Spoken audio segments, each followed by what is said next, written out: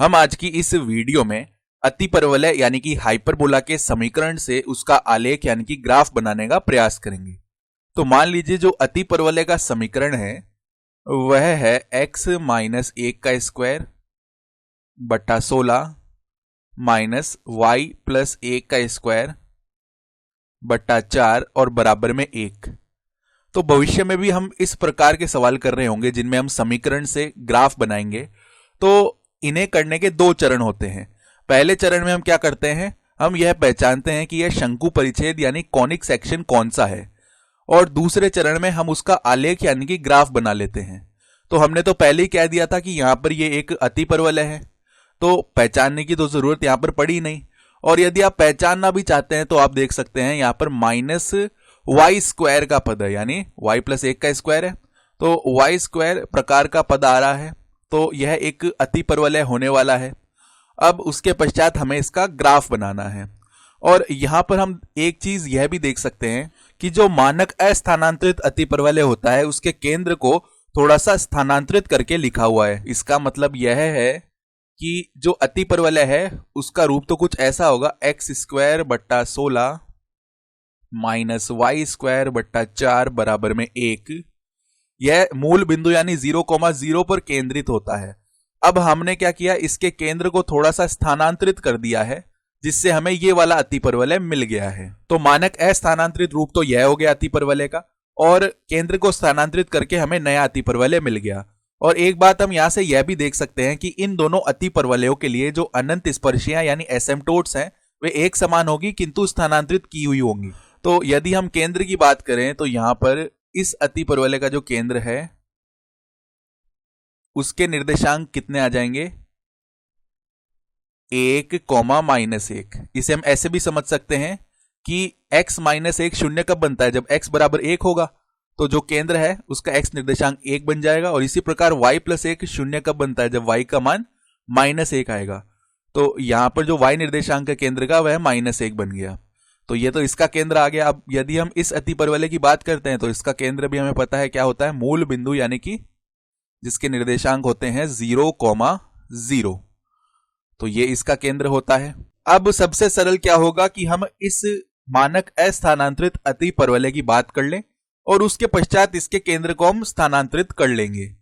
तो यहां पर यदि इस मानक अस्थानांतरित अतिपरवलय की अनंत स्पर्शियों की प्रवणताओं की बात कर रहे हैं, यानी स्लोप्स ऑफ एसिम्पटोट्स, तो वे ज्ञात कर लेते हैं और उसके पश्चात उन्हें स्थानांतरित कर लेंगे ताकि हमें यह अतिपरवलय प्राप्त हो जाए। और इस प्रकार अतिपरवलय को आलेखित करते समय मुझे पसंद है कि हम y का मान ज्ञात कर लें। तो देखिए यहां से दोनों पक्षों में से एक्स स्क्वायर बट्टा 16 घटा देंगे, तो हमें मिल जाएगा माइनस का वाई स्क्वायर बट्टा 4 बराबर में 1 माइनस एक्स स्क्वायर बट्टा 16। तो यहां से अब हमें 4 हटाना है और माइनस का चिन्ह भी हटाना है, तो हम -4 से गुणा कर देते हैं दोनों पक्षों में। तो हमें यहां पर मिल जाएगा वाई स्क्वायर बराबर में -4 जब 1 से गुणा होगा तो माइनस का 4, -4 जब माइनस एक्स स्क्वायर बट्टा 16 से गुणा होगा तो प्लस एक्स स्क्वायर बट्टा में 4 आ जाएगा। तो यहां से अब यदि हम y का मान याद करते हैं तो प्लस माइनस वर्गमूल आ जाएगा। जो धनात्मक पद यानी एक्स स्क्वायर बट्टा 4 है उसको पहले लिख लेते हैं, और माइनस का है 4। तो अब अनंत स्पर्शियों यानी कि एसिम्पटोट्स के लिए क्या करना पड़ेगा, x को अग्रसित करवाना होगा प्लस माइनस अनंत की ओर। और ऐसा हम पहले काफी बार कर चुके हैं, और ये करना सूत्रों को याद रखने से अच्छा है, क्योंकि जो याद करे हुए सूत्र हैं वो हम परीक्षा के बाद भूल जाते हैं। किंतु ये हम बार बार इस प्रकार से इसे सिद्ध कर सकते हैं, जब x अग्रसित कर रहा है प्लस माइनस अनंत की ओर तब ये एक्स स्क्वायर बट्टा 4 बहुत ही विशाल पद होगा। तो जब ये बहुत ही विशाल पद है, इसमें से 4 घटाएंगे तो इसमें ज्यादा फर्क नहीं पड़ेगा। तो हम y को क्या कर सकते हैं, लगभग y को इस प्रकार से सन्निकटन करके लिख सकते हैं प्लस माइनस वर्गमूल एक्स स्क्वायर बट्टा 4। तो इस प्रकार से यह कितना बन जाएगा, वर्गमूल एक्स स्क्वायर कितना हो जाएगा x और वर्गमूल 4 यानी कि 2। तो y का मान हमने अप्रोक्सीमेशन यानी कि सन्निकटन से यह लिख लिया है। तो चलिए अब हम इन अनंत स्पर्शियों की रचना कर लेते हैं। और एक बात ध्यान दीजिए, हमने उस अतिपरवलय के लिए अनंत स्पर्शियां निकाली है जिसका केंद्र 0,0 है, किंतु हमें केंद्र 1, -1 वाले अतिपरवलय के लिए ये अनंत स्पर्शियां चाहिए। तो जो अनंत स्पर्शी है वो तो यही होने वाली है, जिनकी प्रवणताएं +1/2 और -1/2 होंगी। तो हम क्या करेंगे, इन अनंत स्पर्शियों का जो केंद्र है वह 1, -1 बना लेंगे, जिससे कि हमें स्थानांतरण की फिर चिंता नहीं करनी पड़ेगी। चलिए पहले तो हम y अक्ष तथा x अक्ष की रचना कर लेते हैं, और इस अति परवलय के केंद्र के निर्देशांक हैं 1, तो वह बिंदु देखिए, धनात्मक x में 1 ये आ जाने वाला है, ऋणात्मक y में ऐसे -1, तो केंद्र यहां पर आ जाने वाला है। और जो अनंत स्पर्शियां हैं वे क्या हैं, +-x/2, तो इनकी प्रवणताएं 1/2 तथा -1/2 हो जाने वाली है। तो यदि हम 1/2 प्रवणता की बात करें, इसका अर्थ क्या हुआ कि यदि हम धनात्मक x में ऐसे 2 इकाई चलेंगे 1, 2, तो हमें 1 इकाई से ऊपर जाना पड़ेगा, यानी कि जब धनात्मक x में हम 1, 2 ऐसे चले तो 1 इकाई ऊपर जाएंगे तो ये वाला बिंदु ऐसे आ जाएगा। तो यदि हम यह अनंत स्पर्शी बना रहे हैं तो यह कुछ इस प्रकार की हमें दिखाई देगी, कुछ ऐसी सी ये अनंत स्पर्शी आ जाने वाली है।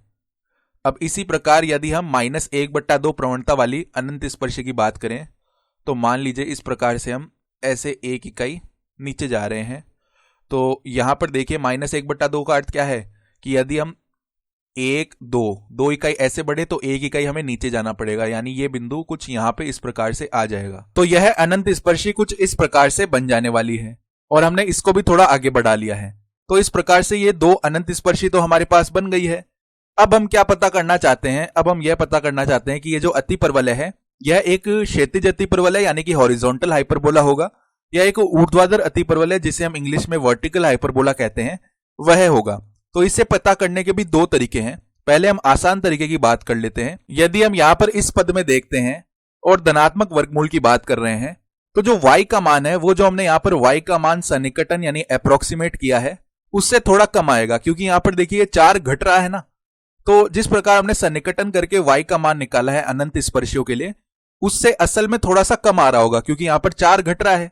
यानी हमारा जो अति परवलय है वह, यदि हम धनात्मक वर्गमूल की बात कर रहे हैं, तो इन अनंत स्पर्शियों से थोड़ा सा नीचे आ रहा होगा, यानी इस प्रकार से अति परवलय खुल रहा होगा।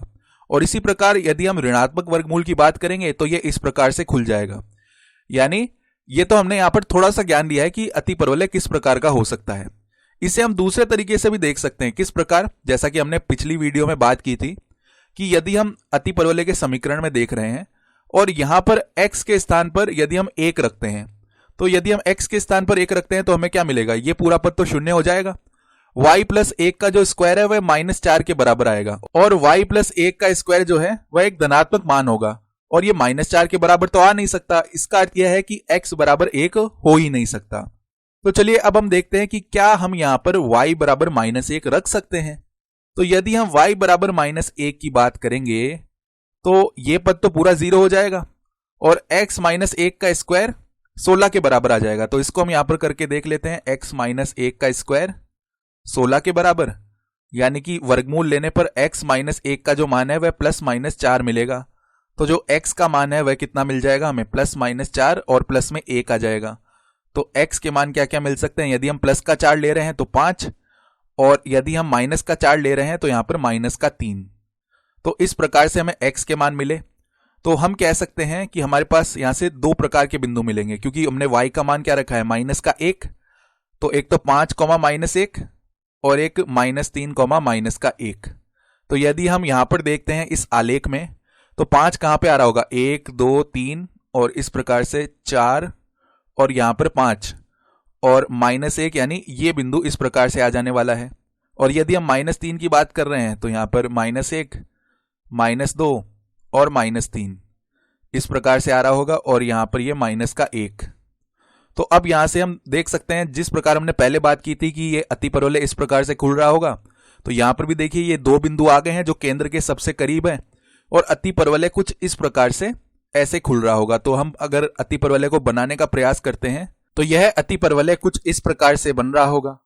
यहां पर ये अनंत स्पर्शी की ओर ऐसे लगातार अग्रसित होता जाएगा, और इसी प्रकार इस प्रकार से खुल रहा होगा। यहां पर भी ऐसे अनंत स्पर्शी की ओर बढ़ता ही जा रहा है, और ये एक क्षैतिज अति परवलय यानी कि हॉरिजॉन्टल हाइपरबोला हमें मिल रहा है। और ये जो अनंत स्पर्शियां हैं ये भी ऐसे लगातार आगे बढ़ती जाएंगी। तो अभ्यास के लिए आप कुछ बिंदुओं के निर्देशांक अपनी तरफ से भी निकाल सकते हैं। जैसे कि मान लीजिए ये बिंदु, इसके निर्देशांक निकालने हैं तो आप अभ्यास के लिए ये निकाल सकते हैं। यहां पर जो कठिन कार्य था वह तो यही था कि अति परवलय बाएं तथा दाएं ओर खुल रहा है या ऊपर तथा नीचे की ओर खुल रहा है, ये पता करना, और ये हमने पता कर लिया है। मिलते हैं आपसे अगली वीडियो में।